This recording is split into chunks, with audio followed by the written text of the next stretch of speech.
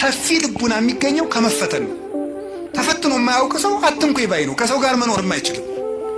ስለዚህ እግዚአብሔር ከመከራ የተነሳ አሰፋልኝ ያለ ቅዱስ ዳዊት ለዚህ ነው። መከራ ትዕግስትን እንዲያደርግ፣ ትዕግስትን ተስፋን እንዲያደርግ እናውቃለን። ተስፋ ደግሞ አያሳፍርም ይላል ቅዱስ ጳውሎስ። መከራ ትዕግስትን ያደርጋል። ትዕግስት እንድናገኝ ብርቱ እንድንሆን። የሰው ልጅ እንደ አትክልት ነው። አረጋዊ መንፈሳዊ እንደሚናገረው አትክልት በፀሐይ ብቻ ማደግ አይችልም፣ ይደርቃል። በዝናብ ብቻ ማደግ አይችልም፣ ሽባ ይሆናል።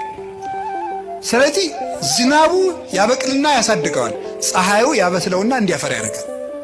ስለዚህ ሐሩሩን መከራ አድርጉት፣ ዝናቡን ደግሞ የእግዚአብሔርን ቸርነት አድርጉት። ሰው ሁልጊዜ ቸርነቱን ብቻ ቢያደርግለት መከራ ሳይመጣበት ብቻ ቢጠብቀው የሰው ልጅ ልፍስፍስ ይሆናል፣ ሰነፍ ይሆናል። ዝም ብሎ መከራ ብቻ ቢመጣ ደግሞ ተስፋ ይቆርጣል። ስለዚህ እግዚአብሔር ምን ያደርጋል? ሰው አትክልት ነውና አትክልቱን ለማሳደግ ከመከራውም ጥቂት ጥበቃውንም ሳያቋርጥ ሁለቱንም እንዲፈራረቁ ያደርጋል። ክረምትና በጋን አላቋርጥም ብሎ ለኖህ የነገረው ይሄን ነው። ክረምትና በጋ መፈራረቃቸው ክረምት ብቻ በጋ ብቻም አይደለም። ክረምትም በጋም የራሳቸው ጥቅም አላቸው። በጋ መከራ ነው፣ ክረምት ደግሞ ቸርነት ነው። ሁለቱም ደግሞ ተፈራርቀው ይተረጎማሉ ተለውጠው። ስለዚህ እግዚአብሔር እንደዚህ የሚያደርገው ለምንድነው ሳለ እንድንበስል ከመመከራ ለሃይማኖት ጥቅም ነው። ቅዱስ ጴጥሮስ እንደተናገረ ወርቅ የሚጠነከረው በመከራ ነው፣ ተፈትኖ ነው የሚጠነከረው። እኛም ጠንካራ ክርስቲያኖች እንድንሆን ስለሚፈልግ ክፉ ነገር ወደኛ እንዲመጣ ያደርጋል። ከቃሉ ጋር ናችሁ። እግዚአብሔር ከሁላችን ጋር ይሁን። ገበሬ እንዴት እርሻ እንደሚያስለምዱ ብታውቁ ተመስገን ነው። እኔ ገጠር ስላደኩኝ አባቶች ልጁን ቁጥቋጦ ለማስተማር አጣጥ አጋም የሚባል እሾህ አለ። እጁን ያስጨብጠዋል። እሾሁን ነው የሚያስጨብጠው እኮ ያዘው ይለዋል። ከዚህ በኋላ ምን ይሆናል? መጨረሻ ላይ በቃ ምንም ነገር እልፍ የማይበሳው ይኖረዋል ማለት ነው።